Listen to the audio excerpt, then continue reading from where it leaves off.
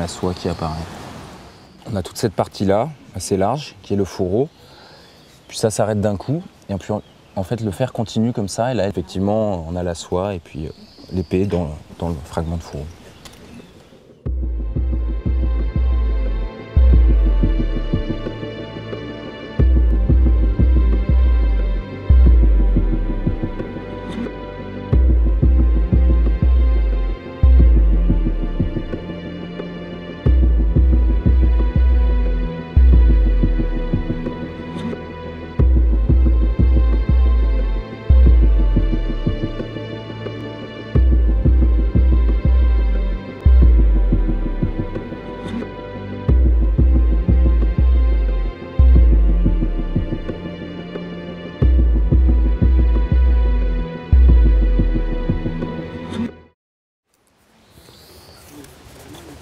Donc là, on a 50 cm conservés. Donc pour la lame, 38 cm. Donc on est assez loin de sa longueur réelle. Ça peut être le double, effectivement.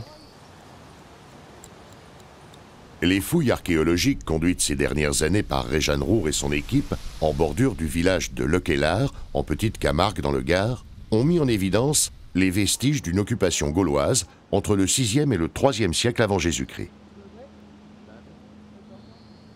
La présence d'un rempart massif en pierre rattache le site du Quelard aux agglomérations gauloises fortifiées de la même période, les Oppidas. Ces fortifications, que l'on retrouve sur la plupart des sites gaulois du littoral méditerranéen, témoignent à la fois du caractère belliqueux des peuples gaulois et de l'intensification de leurs affirmations territoriales.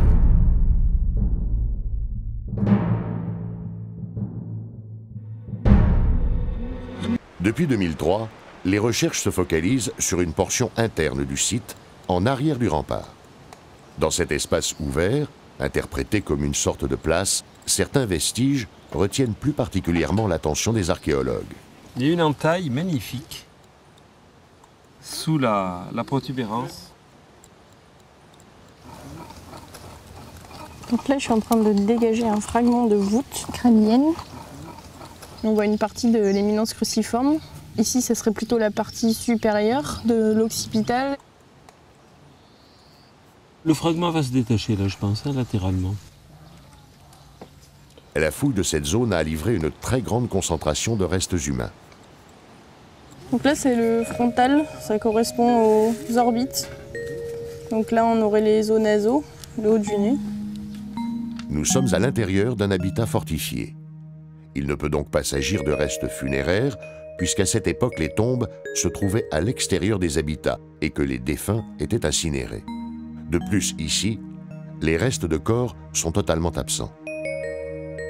Seuls des fragments de crâne et de très rares éléments de vertèbres sont retrouvés. À l'heure actuelle, ce sont plus de 2500 fragments de crânes humains qui ont été exhumés par les archéologues. Faire des recollages, ça nous donne des informations d'ordre spatial, mais aussi des informations pour le décompte du nombre d'individus. Ici, on a au moins 42 individus qui sont représentés, mais il pouvait y en avoir beaucoup plus.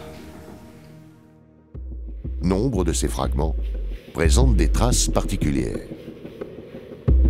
Alors ça, c'est un coup tranchant.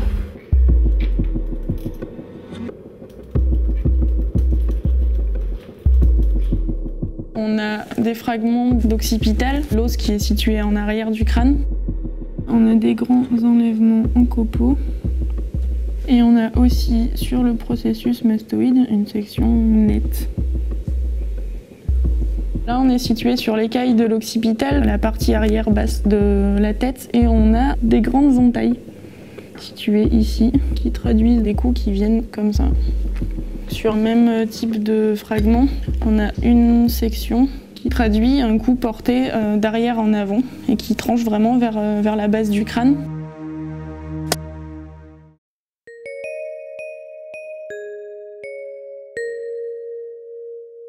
Des armes et des têtes coupées. L'ensemble découvert au Quelard évoque un contexte guerrier et rappelle les découvertes réalisées dans de nombreux sanctuaires de la même époque.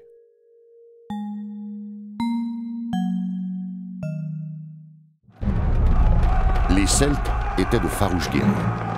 diverses sources nous apprennent que l'une de leurs coutumes était de couper les têtes.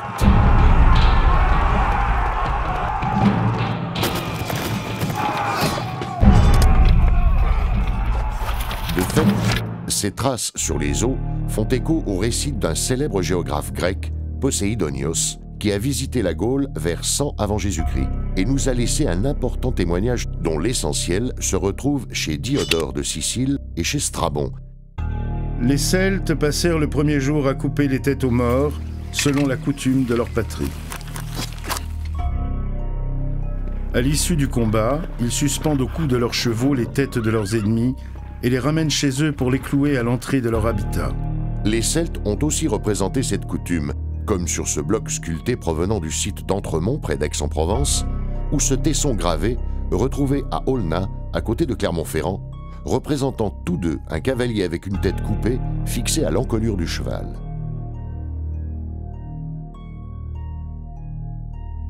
De la Catalogne à l'Allemagne, de nombreuses autres découvertes de restes humains attestent l'existence de la pratique des têtes coupées dans une grande partie de l'Europe celtique.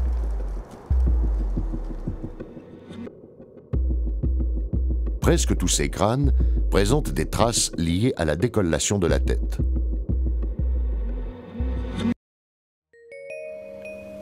On a beaucoup de traces qu'on retrouve aux mêmes endroits, sur le même type de fragments. On a aussi beaucoup de coups sur les mandibules, sur les bords postérieurs. Ici on voit des entailles très nettes et une encoche. Et de ce côté aussi, on a des entailles assez profondes quand même pour le bord postérieur. Ces traces traduisent des coups portés d'arrière en avant qui peuvent passer entre les différentes vertèbres et voire filer sur le bord inférieur de la mandibule. La décollation au niveau des vertèbres cervicales est l'hypothèse la plus probable, mais on ne peut pas exclure que dans certains cas, la décollation ait eu lieu au niveau de l'occipital. On observe des coups qui sont visibles beaucoup plus haut, donc soit au niveau des processus mastoïdes, soit au niveau de l'écaille occipitale, qui aurait donc totalement enlevé la partie inférieure du crâne et les vertèbres qui restaient accrochées. En plus de cette étape d'enlèvement des vertèbres, on aurait une autre étape de finition, visible par des petites traces sur le bord inférieur de la mandibule. Ces traces peuvent traduire soit un enlèvement des muscles inférieurs à la mandibule ou un enlèvement de la langue. Ces traces de préparation attestent des traitements particuliers prodigués au crâne en vue de leur exposition.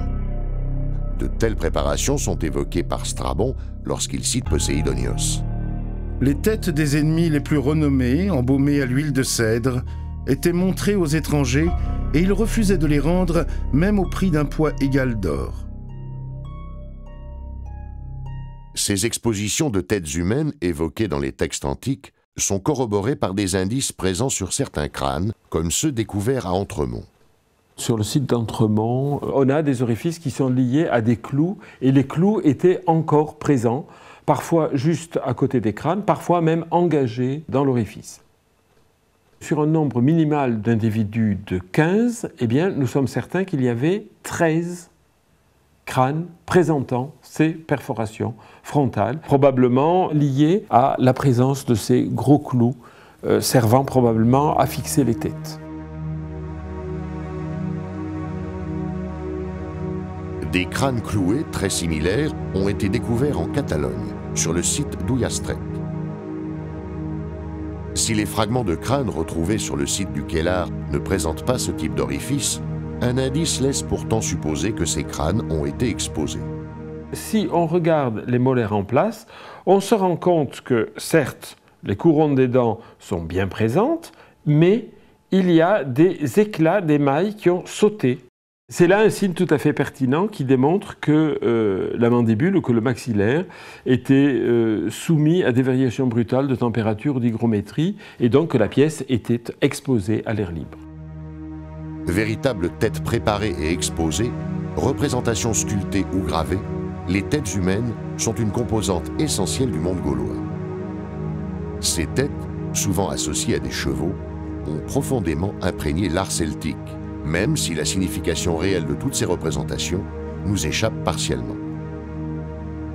Sur des sites comme Glanum ou Roc Pertuse, certains linteaux ou piliers en pierre retrouvés par les archéologues présentent des alvéoles céphaloïdes qui devaient probablement accueillir des têtes ou des crânes et peut-être des images de ces têtes, modelées dans l'argile ou surmodelées sur les crânes réels. Ces linteaux et piliers se trouvaient dans des bâtiments publics dont la fonction n'est pas toujours évidente. Religieuse probablement, mais certainement aussi civile et politique. Les pratiques rituelles qui devaient s'y dérouler permettaient notamment de renforcer la cohésion de la société. Les statues, également retrouvées sur ces sites, témoignent de l'importance prise dans la société gauloise par les élites guerrières. Ce ne sont pas des divinités qui sont représentées, mais des hommes, peut-être des ancêtres ou simplement une élite qui cherche à asseoir son pouvoir en se faisant héroïser.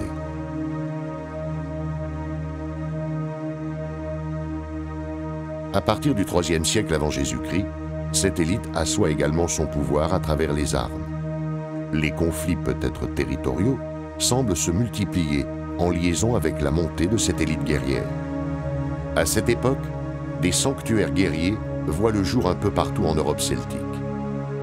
Dans les fossés de ces enclos sacrés, d'importantes quantités d'armes ont été déposées rituellement de manière similaire à ce que l'on a découvert au Kellar. Alors ça, c'est un élément de chaîne de suspension de fourreau. Ça fonctionne avec un ceinturon en cuir et 2 éléments métalliques qui servent à suspendre le fourreau le long du corps. C'est une pièce importante de la panoplie du guerrier gaulois de cette époque, de l'Athènes moyenne. Une pièce comme ça nous situe dans la première moitié du IIIe avant.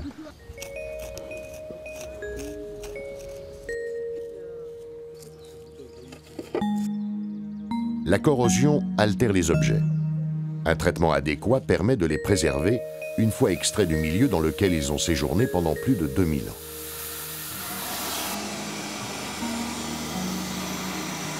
Le noyau métallique est relativement présent mais ne correspond plus forcément à la surface. Et ici, toute cette zone est l'enchevêtrement des anneaux. Épée, fourreau, chaîne de ceinture, bouclier, lance, sur le site du Kellar, de nombreuses panoplies guerrières sont présentes. Le Kellar est à l'heure actuelle le seul site de Gaule méditerranéenne qui a livré un tel assemblage d'armes en contexte rituel, associé à la pratique des têtes coupées, mais aussi à des offrandes monétaires et peut-être à des consommations de boissons et de nourriture dans un cadre collectif, voire sacré. La fouille minutieuse du dépôt d'armes et de têtes coupées découvert au Kellar dans le Gard a permis aux archéologues d'éclairer un peu plus l'une des pratiques rituelles les plus caractéristiques des Gaulois du second âge du fer, qui se distingue nettement à la fois des pratiques strictement domestiques de ces sociétés et des cultes développés dans les cités grecques à la même époque.